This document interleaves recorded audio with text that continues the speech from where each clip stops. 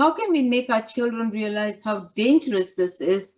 Means, yes, we are sharing this to the parents and our carers today, but how can parents do that? And how can we engage kids to explain to them the harmful effects of vaping?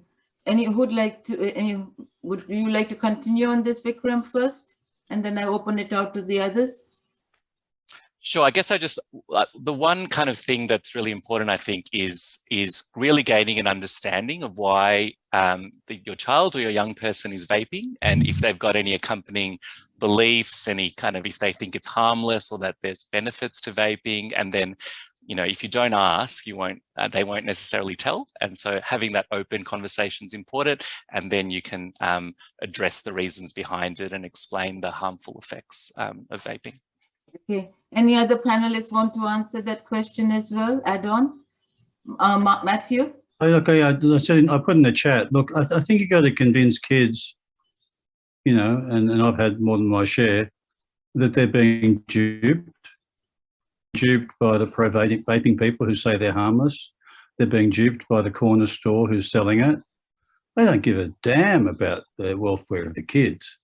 So it's got to be autonomous. The kids coming around to thinking that it's good for them. And this is the experience, frankly, the boarding school experience, and I know it very well. If a parent's really been through the ringer a few times and just can't get the child to quit, and the child wants to stop it and they're addicted, then I think that should lead to a discussion with a family doctor who understands the family and the child.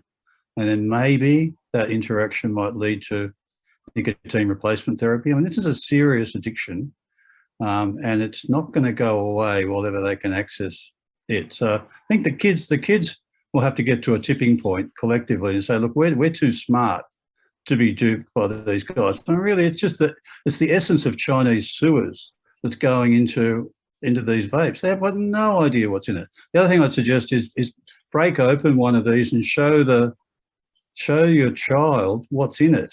Actually, there's this yucky bit of syrupy material soaked into a foamy thing, and then a tiny little radiator to heat it up. They're really flimsy, and who knows what bits of foam are breaking off, and they're inhaling that. I mean, it's just terrible. But yeah, open one up for your own information, I would say, parents, and just have a look at how they're built. It's fascinating, but also it might enlighten the kids as to what they're breathing in.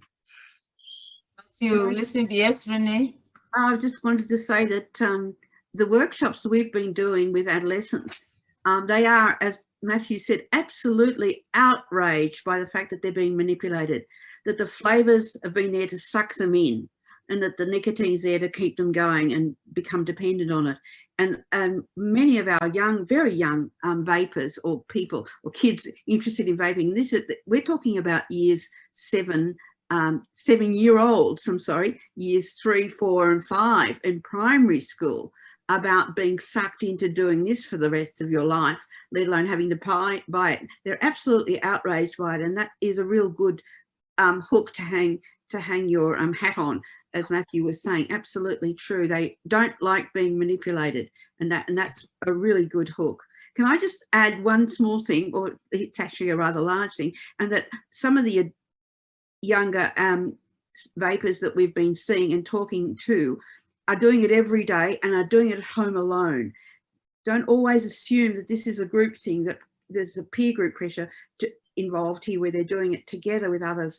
A lot of them, not a small amount, a good majority are doing this when they wake up by themselves, home alone. So don't assume it's just the group. If you see a vape, obviously they're easily put away. You can put it under your pillow, and they're doing it within 5 minutes of waking up. That's called time to first vape. We used to have that with cigarettes. We've now got it with vaping in kids, doing it very early in the morning on their own, because they're in withdrawals when they wake up.